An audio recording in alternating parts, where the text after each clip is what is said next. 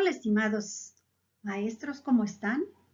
Yo me siento muy contenta de poder darles la bienvenida a esta cuarta sesión con el tema Creencias docentes y diseño de casos como estrategias para mejorar la práctica educativa. Este tema corresponde a la asignatura Estrategias de Aprendizaje Activo 2 que ustedes están llevando en el tercer semestre de la Maestría en Educación que el Instituto David Alfaro Siqueiros les ofrece. Una servidora, doctora Alma Guadalupe Góngora Magaña, será la responsable de guiarlos en esta asignatura. La presentación, como siempre, estará organizada en dos apartados.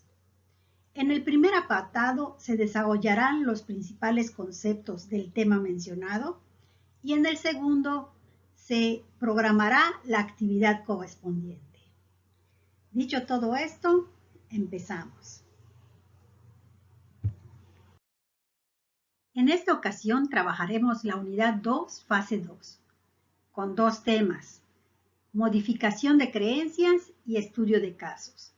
En el primer caso, modificación de creencias tiene dos subtemas, detectar creencias erróneas y modificar creencias erróneas. En el caso de estudios de casos, tenemos el análisis de una situación problemática real o hipotética, determinar causas, efectos y soluciones posibles.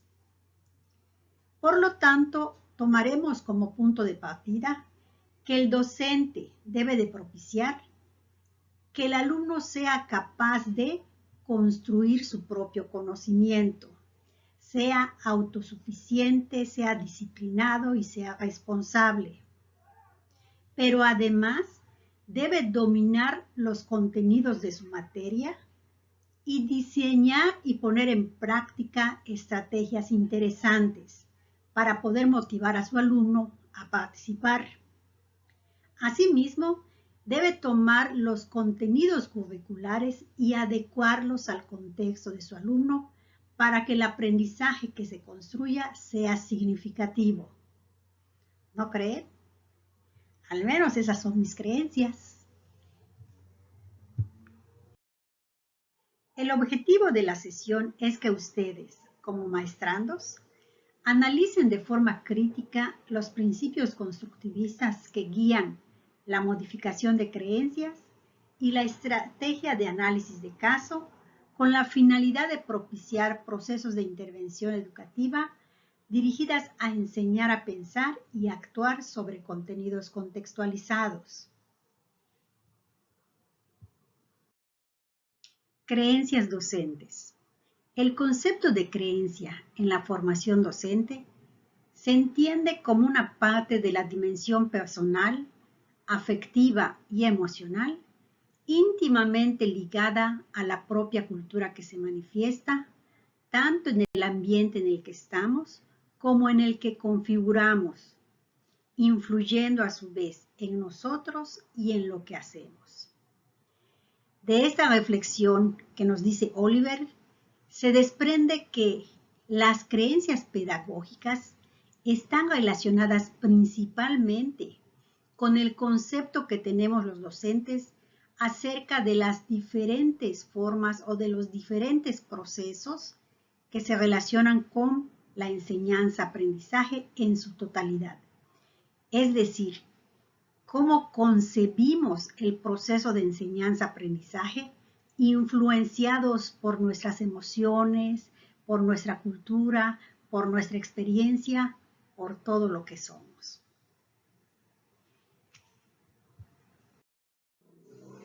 Lo que se hace, se puede decir que es reflejo de lo que se piensa. El cambio de creencias definitivamente no es fácil.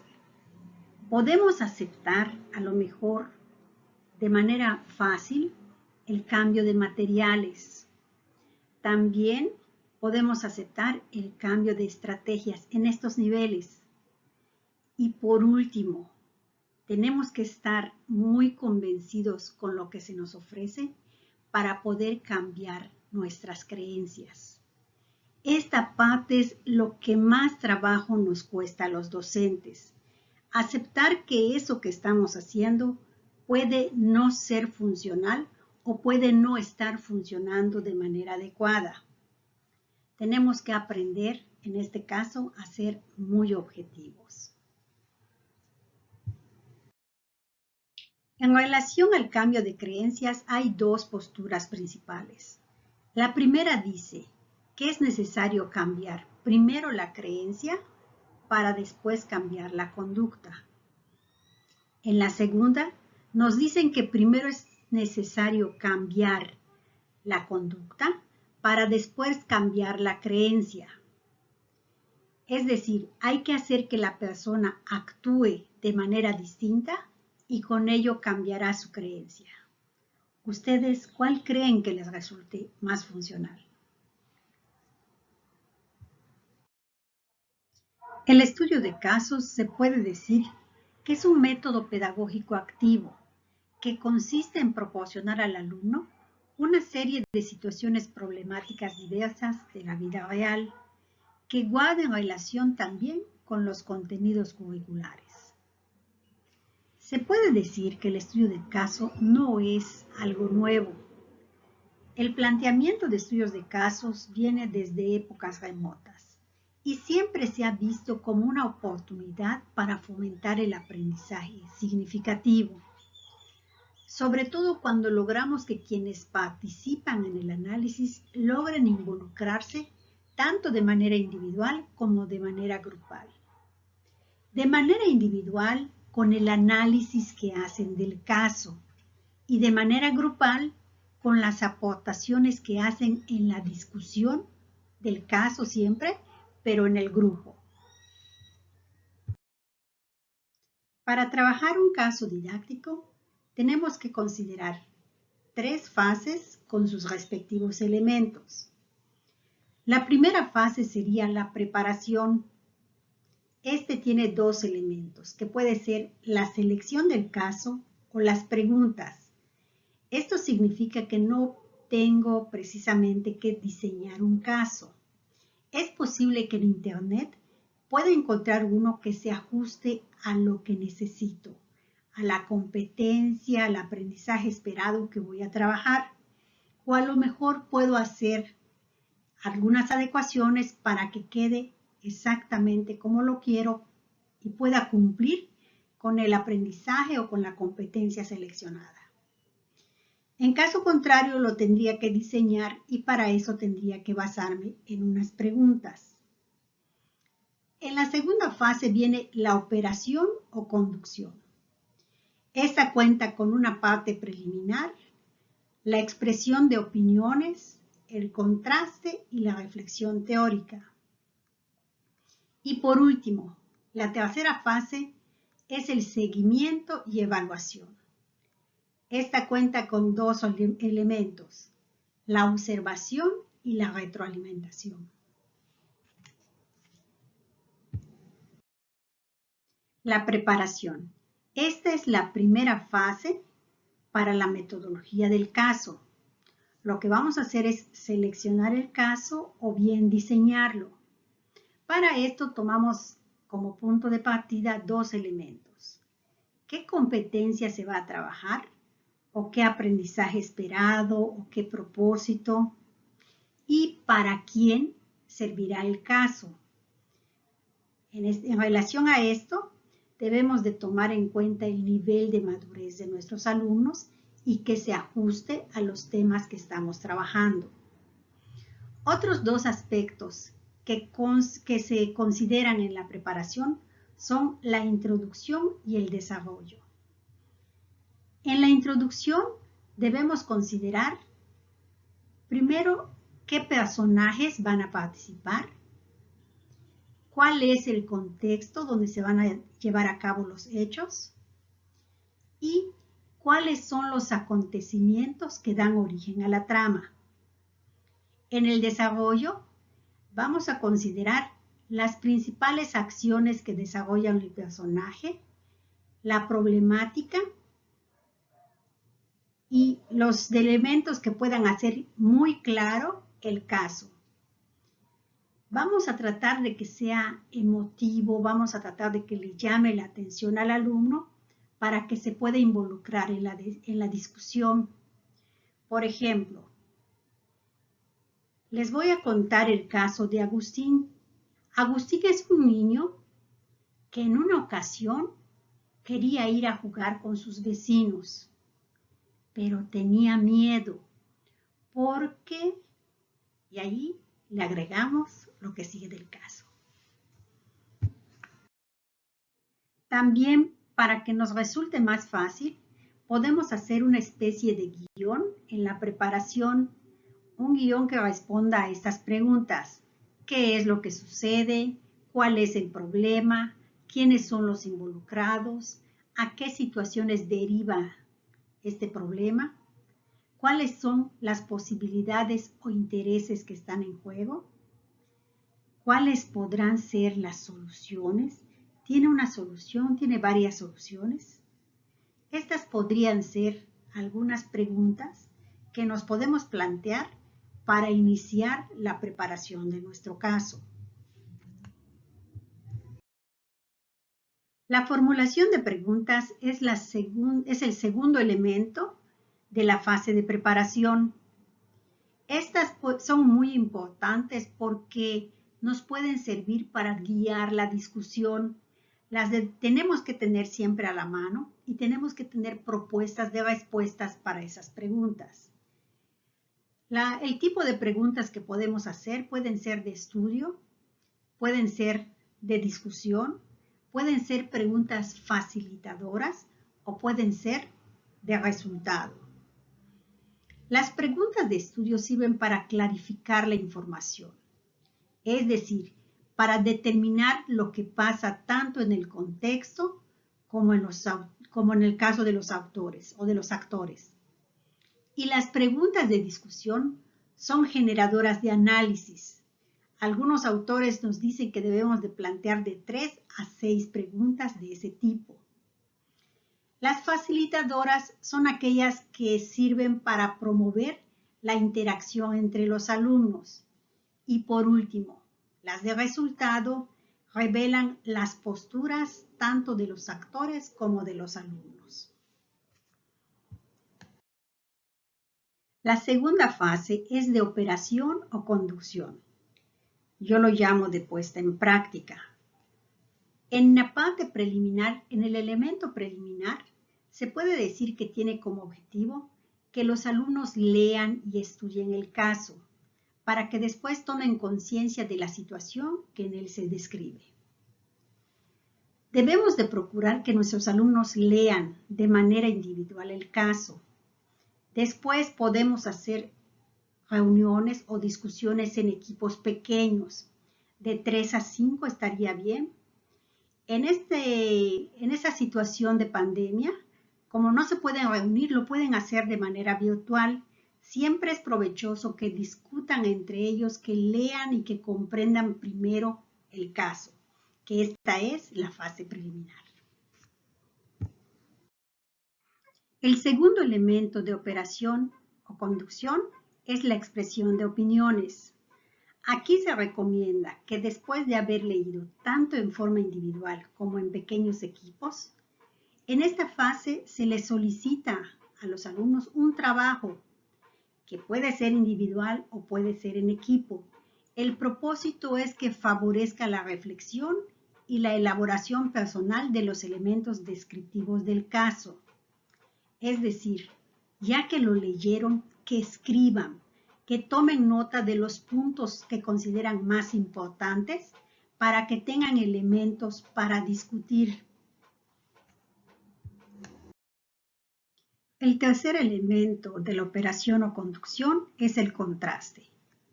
En esta fase de contraste tiene como finalidad el favorecer la expresión personal, el contraste de opiniones, el análisis común de la situación y la búsqueda del sentido que tienen los datos en el caso estudiado. Considero que esta es la parte medular del caso, porque es cuando los alumnos tienen la oportunidad de participar en una sesión que de preferencia debería de ser grupal, para que tengan la posibilidad de expresar sus aportaciones, sus críticas, el análisis que han hecho, la reflexión de lo que han estudiado y con esto también expresar sus valores en la toma de decisiones. El cuarto elemento de la operación o conducción es la reflexión crítica. En esta fase se lleva a cabo una formulación de conceptos teóricos y operativos que se derivan del análisis del caso estudiado. Aquí es cuando llegan a contrastar lo que ya aprendieron con la teoría que ya han analizado, o bien pueden comparar las experiencias obtenidas en el caso con la teoría que van a revisar. Esto los puede llevar a plantear hipótesis acerca del caso y los puede ayudar a desarrollar distintas perspectivas y explicaciones de las situaciones que han estudiado. Para la última fase de seguimiento y evaluación, conviene tener bien definidos cuáles son los criterios de evaluación que vamos a utilizar. Aquí se les propone algunos. Primero, la evaluación de la información. ¿Cómo están valorando la información los alumnos? ¿La están analizando de manera minuciosa? El desarrollo del pensamiento crítico. ¿Cómo son sus preguntas? ¿Cómo son sus aportaciones? La toma de decisiones. ¿Qué decisiones proponen? ¿Qué consideran que se debe de hacer en ese caso? Y algo muy importante es la innovación y creatividad, porque aquí propicia que tengan respuestas e ideas novedosas. También en las respuestas se puede evaluar las actitudes y valores de acuerdo a sus formas de participación. Aquí llegamos al segundo apartado, que es la actividad. Y en esta ocasión se trata del diseño de un caso, por supuesto. Van a trabajar organizados en vinas y seleccionar los contenidos curriculares para diseñar un caso. Se pueden apoyar en las siguientes preguntas para elaborar un guión que les sirva de base para la descripción. Estas preguntas son para el guión y les va a servir para describir su caso. Una pregunta podría ser, ¿quién será su protagonista? ¿Qué características físicas y psicológicas debe cumplir? ¿Qué aspectos claros u oscuros debemos mostrar de su carácter? ¿Va a existir un antagonista? La siguiente pregunta es, ¿cuál es el entorno familiar, educativo, social y económico que girará en torno al protagonista?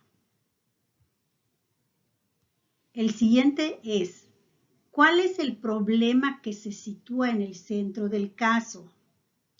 Puede tener varios problemas, pero tiene que haber un hecho en particular en el que se debe de centrar. Nos interesa tener previstas varias soluciones. Es posible que el caso tenga varias soluciones. Generalmente no es solo mi solución o solo la solución de una persona. Es para análisis, es para reflexión. C. ¿Qué preguntas plantearemos al final para facilitar el análisis y la discusión? No se olviden de las preguntas, este es un punto fundamental, tanto desde el diseño como para la discusión y análisis. Y F, ¿interesa que en el fondo del caso exista latente una moraleja?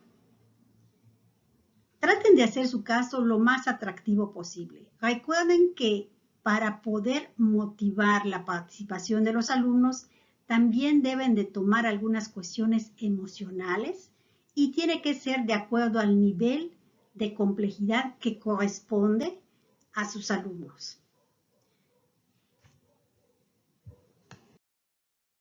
Muchas gracias, cuídense mucho.